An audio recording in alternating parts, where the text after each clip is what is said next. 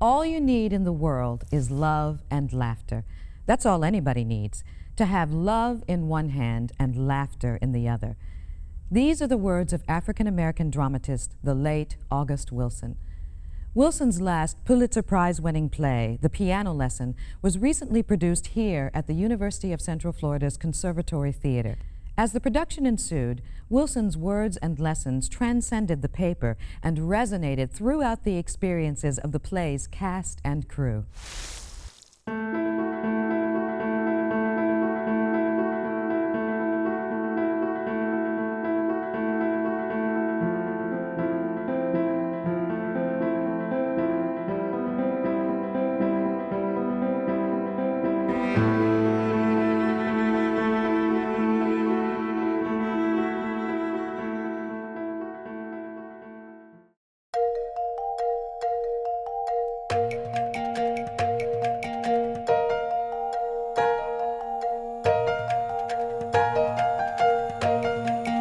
Pretty much what's been going on right now, we're in performance.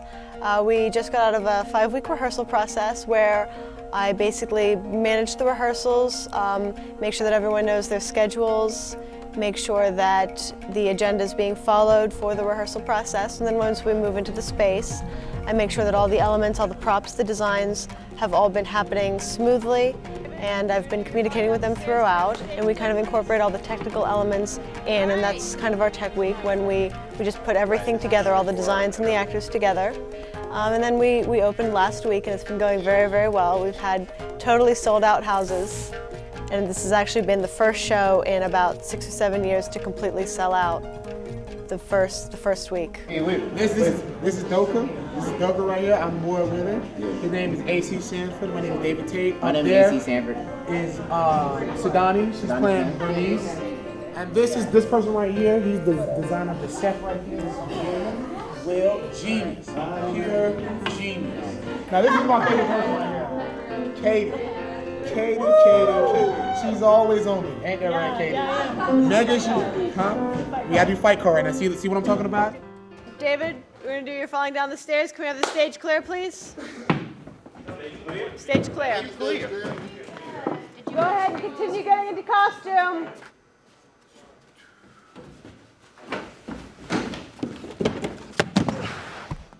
Hang on, David. Clear the stage, please. Thank you, David. You're welcome. Katie, maybe we ought to preset this Preset it. during the intermission. Yeah. The stage management track, it's actually probably the most intense track, I think it is at least. To sum it up, the stage manager is responsible for everything, making sure that everyone knows what's going on, making sure that everything happens when it needs to happen and how it needs to happen, and making sure everyone knows the information that they need to know when they need to know it. Yes. The track just really focuses on an overall knowledge of theater. I haven't just had stage management classes. I've learned acting, I've learned design, I've learned construction, I've learned building costumes, building scenery. So I've really had an overall education so that I can intelligently discuss things with everyone involved in the show, which is what a stage manager needs to do, needs to be able to talk to everyone. And then they'll see, and they have a... It's actually been the first August Wilson show that I've worked on and that I've really become familiar with. So it's given me a greater respect for a culture different than my own, and just watching, being immersed in this world, it's just been a great experience to be able to observe all this. Oh, Holy Father. Oh, Holy Father. Let her read it. I will sprinkle clean water upon you, and you shall be clean from all your uncleanliness. We're all here working on a project because we truly love to present live theater, and everyone is connected to everyone else in some way, and we just really enforce that, and we really make sure that everyone knows what everyone else is doing, and we have a mutual respect for everyone else's work. We're all really connected by just wanting to present the best possible show that we can.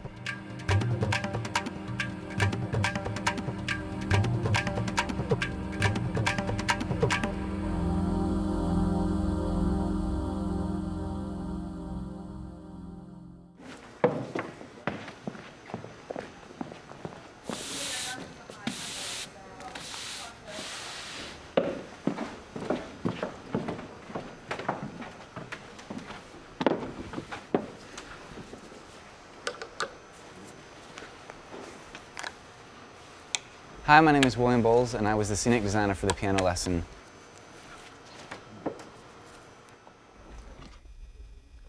Imagine that someone has gone up into this old house and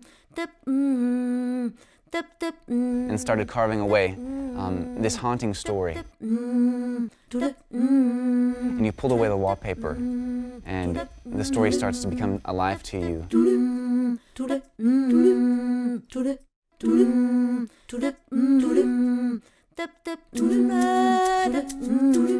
We started this process last semester before the summer, and met with the director, read the script, found a place in the script where I could emotionally connect with it, and that's kind of where everything began.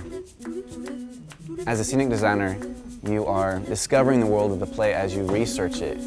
People don't really realize how much research goes into the process. For this show, I've found hundreds of images. So it's not just thinking in your mind what it's going to look like. You have to have specific research that only complements the script. You don't want to take attention off of what the playwright's trying to tell you. The piano lesson is written by August Wilson, and he's a very well-known African-American playwright. He constructed 10 plays called the Pittsburgh Cycle, which document the African-American experience in the 20th century.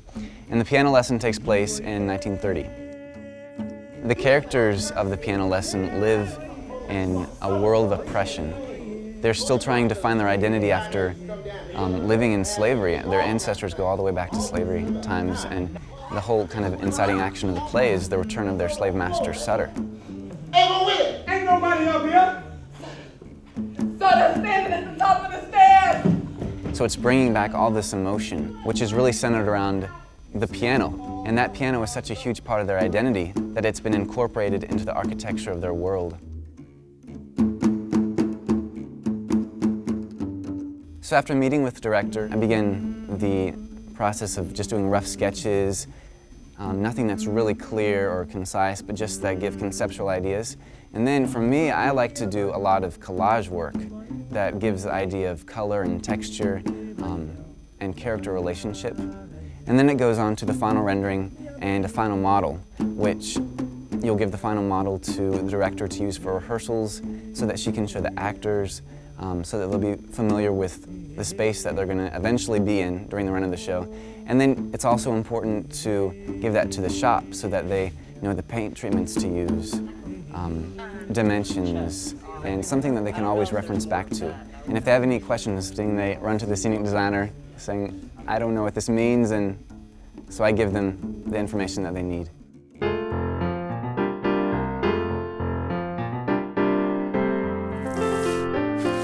Well, welcome to the set of the piano lesson. As you can see, this piano has carvings, which most pianos don't. These carvings are not wood, they're made out of styrofoam, which we went through a very lengthy process of making that work. On top of this set are larger carvings that are inspired by the piano, and they were carved from very large pieces of styrofoam and then covered in muslin and then given a paint treatment. And these carvings are representation of the smaller carvings that are on the piano. My job as a scenic designer is to inform the design team of what the world needs to look like. So to do that, I'll create samples of paint treatments and models of what things will be built like. Here's an example of some treatments for the set for the piano lesson, a wood floor treatment and some wallpaper treatments. I'll give this to my paint charge, which is the person who paints the set or is in charge of painting it. And they, in turn, create larger samples of what it will actually look like on the set and show me, and I will say, I think that will work, or there might be some things that we need to adjust for that. A unique challenge that we had for the piano lesson was that all of our walls are actually made out of muslin. You'll usually see sets that have hard surface walls, but these were made out of muslin because at different points in the show, we have them backlit so that we can see silhouettes. As far as painting this, we used a wallpaper stencil, which turned out to be very tedious, but it got the look that we were going for. We used it pretty much on the entire set. During the show, the audience only sees the front of the set, but I'm going to take you on a special tour backstage. for the piano lesson, we had a unique problem that we needed to find a solution to. The director had incorporated a chorus of 7 people to be singing during the show, and we didn't have any room for them backstage, so we had to build platforms for them to sit on. This allowed us to have more space for the actual actors that are on stage to move between quick changes and also have easy access to their props.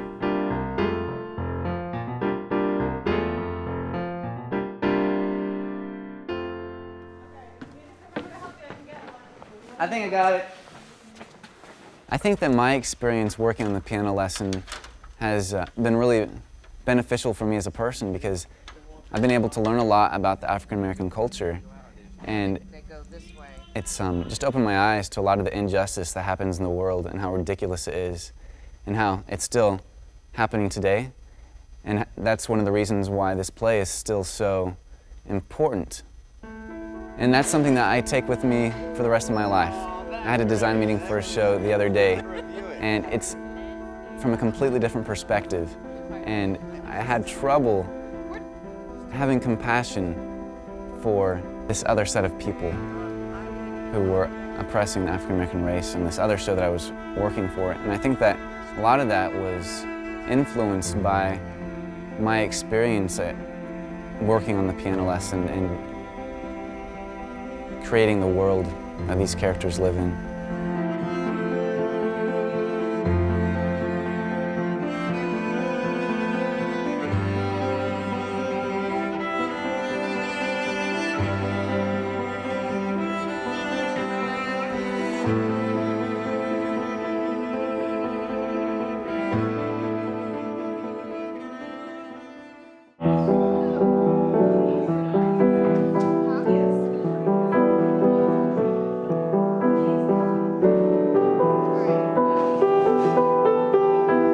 Most of the work that I did for this show is coming from my background as a musician, as a vocalist, as a lover of music, but it had really helped creating the music for the show, having the heart and the mind of an actor, and choosing the pieces, knowing what these characters are going through in the play. Bees and boy. For this piece, we have done all of the transition music as live a cappella singing by singers who are actually on set. So in order to do so, we chose the music that we wanted to use to represent the voices of the ancestors within the context of the play. And then I arranged them for a cappella singing, whether they be from the jazz genre, blues, gospel, Negro spirituals, and so forth. Ladies, get on this side. There we go. There we go. Make a semicircle. Somebody's knocking at your door. Somebody's knocking at your door. Oh, sinner, why don't you answer? Somebody's knocking at your door.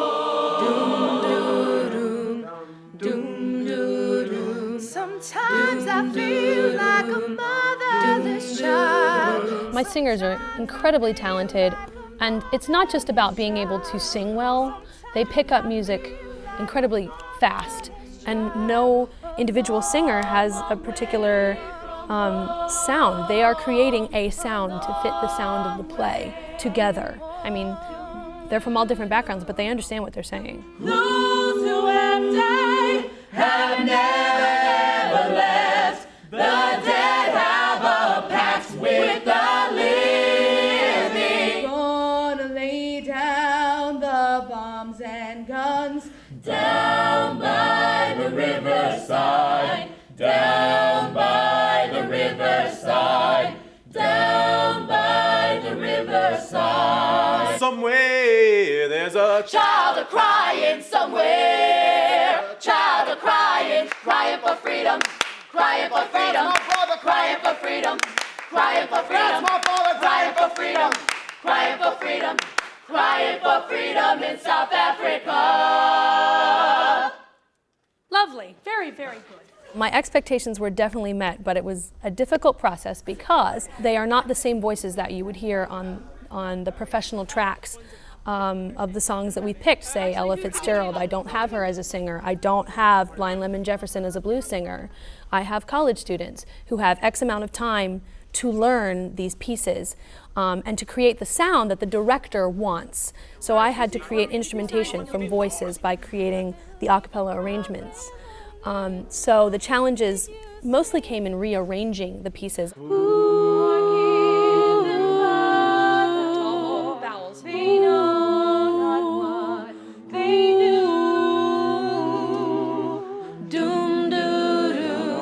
I think there's a sense of camaraderie among them. They're an incredibly talented group of people. Most of them are freshmen. I think they have great futures on stage, off stage, singing, acting, whatever. This is what the singers have backstage so they know what they are singing when, because they can't see or hear anything. Well, they can hear the show, but they have to know what they're singing when, and they don't have a chance to really look at music. They just have to go at the end of scenes. So it's quite intricate.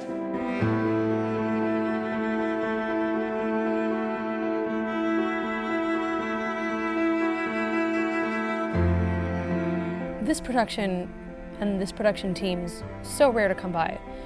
I've never done a musical project on this scale before, arranging as much music and having the responsibility of teaching these singers, and to be able to sit in the house opening night and see everything happen and know that I picked that music to go there, and these singers took what I gave them and made it their own. That's a joy. It's like being a proud parent at a softball game, you know? It's like watching your baby just do what you taught them and not having any control. And to get the chills in the back of my neck at the end of the show, just like every other audience member, and know that I was a part of it. It's pretty satisfying.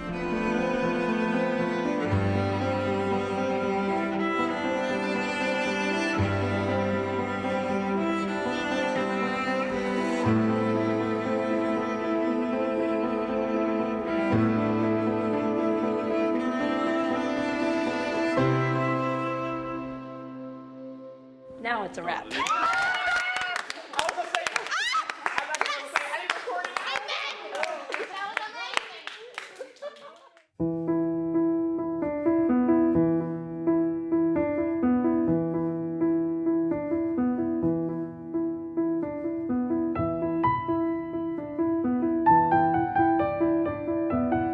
The Piano Lesson is a play that centers around the Charles's family.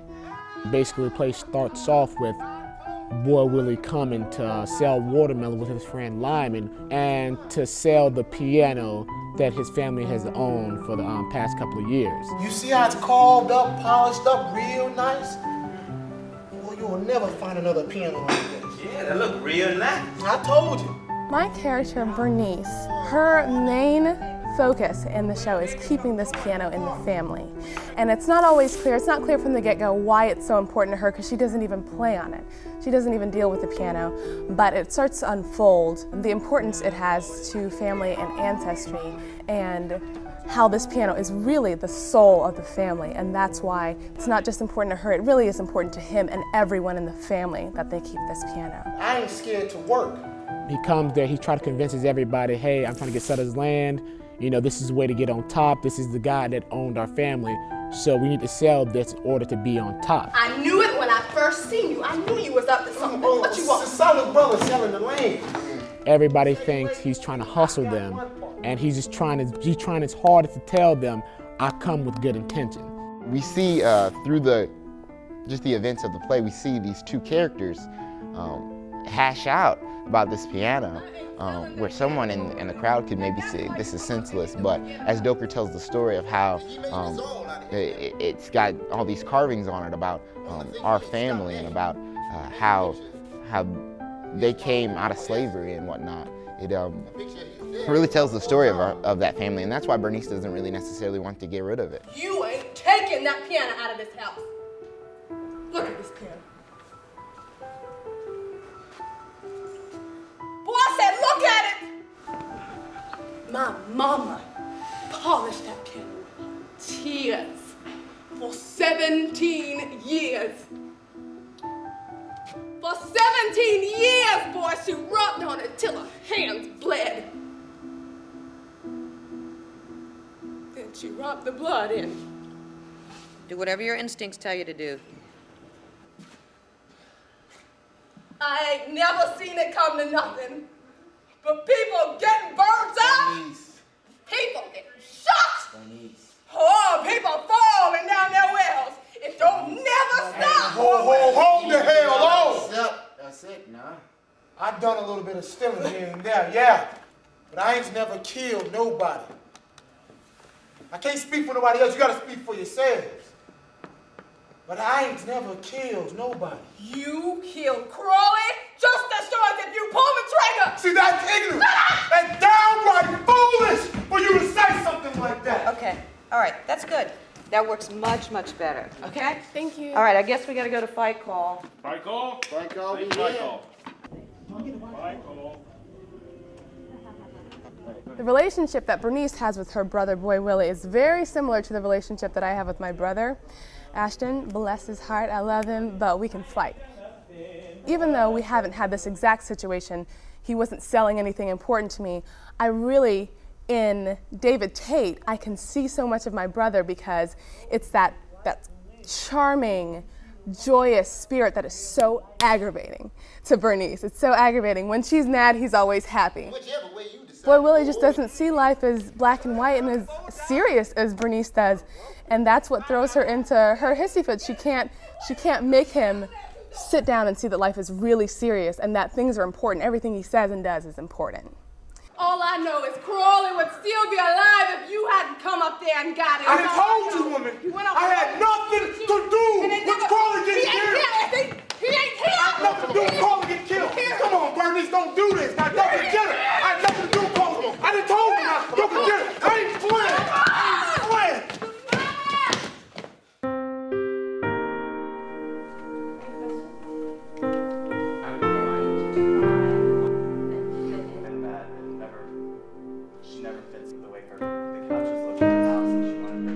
This year at UCF, for me, it has been hard. I wasn't born to the richest family, so basically I'm in college solely off scholarships and money that I get from working. So every month I have to worry about how I'm gonna get the next bill paid, how I'm gonna eat. I'm making a life and death decision every day whether I'm gonna eat or not.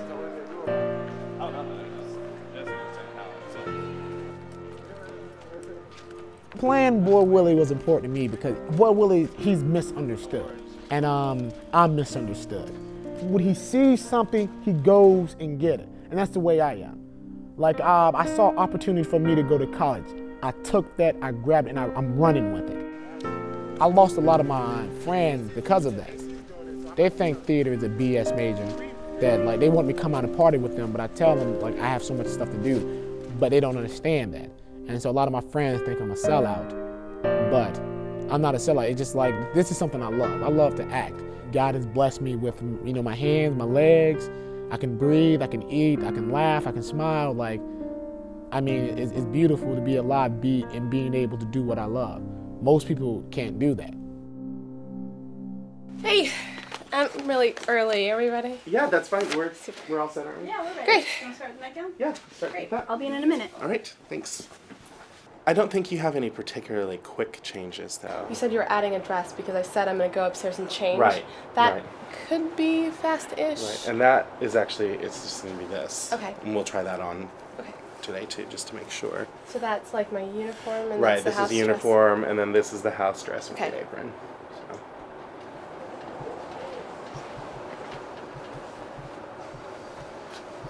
It looks beautiful. Yeah. Not exactly the earrings you'd wear every day today, but Oh, very I appropriate like for the them. period. Can you reach up and can you grab the front of that for me?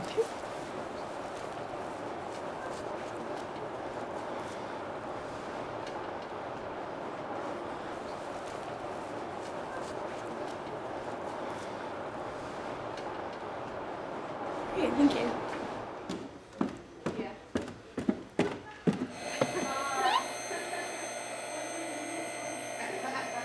Doker, he's the oldest character of the play.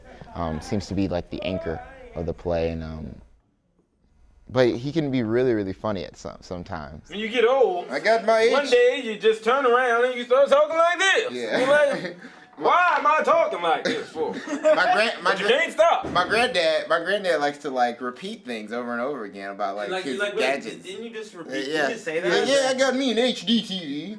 Let's go to the HD TV. There's times where he goes off into his stories about him in the railroad and him telling his crazy stories, which I have a lot of fun doing every single night. You'd be surprised how many people on the train going north when they trying to go west. They think it's supposed to go where they going rather than where it's going. Wow, why people leaving? Where they sisters sit? They leaving before they kill somebody, and they sitting across from somebody who's leaving before they get killed. I wish I could be more like Joker sometimes. I wish I could be really the strong point of my family sometimes, but sometimes I'm not. And sometimes I wish I could hold the people's attention so long with 5-minute stories, but it doesn't always work out that way. Come on, Ducky, you know this one. Oh Lord, Gallowa. Oh Lord, bird up. Oh Lord, Gallowa. Raise 'em up higher, let 'em drop on down. Oh, just getting to be with this black cast and be with the other actors, it kind of reminded me of being at home with my brothers that I didn't get to see in a long time, like a couple of years. Just the friendship we all have with each other, it brings back to the roots of being black. It makes me appreciate them. It makes me love being black all over again, because it just reminded me, it just made me love being black more, made me appreciate that more. see, a nigga that ain't afraid to die is the worst kind of nigga for the white man. I look at Boy Willie as one of those strong black men. You know, like it's people like him that help black people come along from that time period to this time period. This might be your bottom, but it ain't mine. I'm living at the top of life. You right there at the bottom with the rest of us. Some people get scared to hear that nigga's heartbeat. They think I'll make you wise. Stop it! Be low. But my mama ain't buried me for nothing. I got to make my mark on the passing road. Like you riding a tree. Boy, Willie was here! Mama! Denise!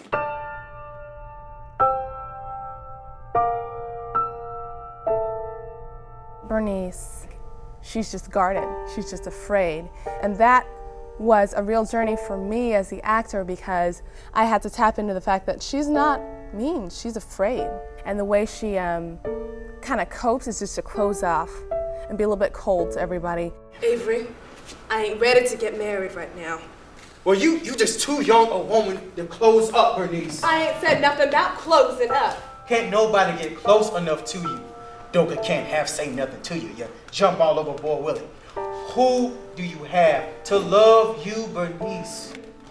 As we go through the show, she opens up a little bit by little bit. You can see each scene she opens up and she becomes more and more vulnerable. You start to see her fears, you start to learn about her past, she starts to talk about what hurts her and what has hurt her in the past and what has made her what she is today. And it's just been a really fun journey finding where she can let go a little bit, until we get to the end where she lets herself go completely. And that is why she finally obeys and gives in and finally plays the piano at the end and is saved.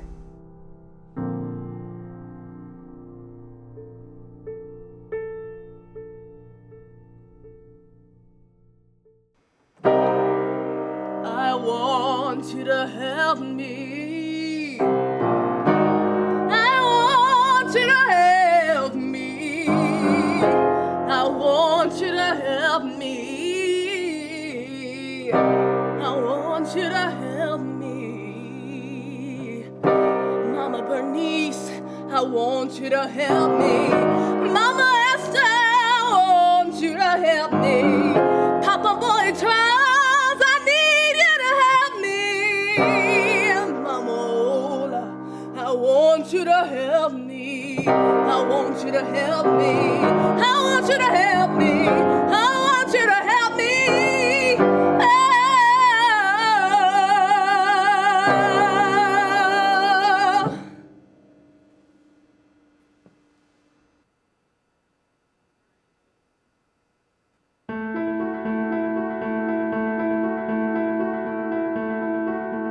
you can't sell yourself out. You can't sell your family out because it's your family. Because like when your friends are gone, when everybody's gone, when everybody's spitting in your face, you go back, your family will always be there. So at the end, when he see everything happening, he realizes, he said, you know what, at that moment when he has Bernice in his arm and he looks out to the audience, at that moment he realizes that what I did was wrong, and at that moment he grows up in a sense. He becomes more of a man. August Wilson, he's a great playwright. Before this play, I never read none of his works. Just reading this play, it made me want to read more of his works. I've read Ma Rainey's Black Bottom, Fenton, and just great, great plays. And so for us to do an August Wilson piece, we need to fully grasp that and run with it. Even though it is such a specific story about a specific family's journey, it's such a universal story at the same time. I feel like it's one of the first shows that I can invite anyone I know to, whether or not they know anything about the African American experience, they're going to get this show. If they're listening, they're going to get it, and that's very important to me. No matter how great you think you are in this life, if the people who know you the most can't say about you at the end of the day that you're an amazing person, I think you have gained nothing.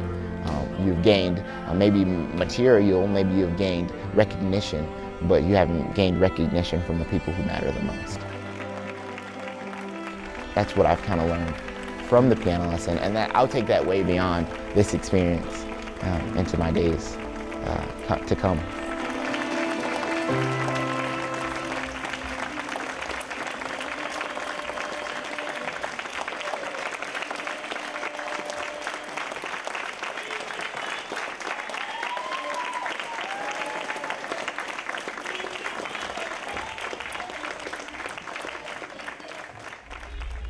Several members of the piano lesson were recognized with awards and nominations at the Regional Kennedy Center American College Theatre Festival in 2008. Among those honored were William Bowles for scenic design and Katie Rinaldi for stage management. The production also received the honor of first alternate at the National Kennedy Center Festival. If you would like more information on this or any production and program offered by the UCF Conservatory Theatre, please visit theater.ucf.edu. For the gallery, I'm B. Boyd, and we'll see you again soon.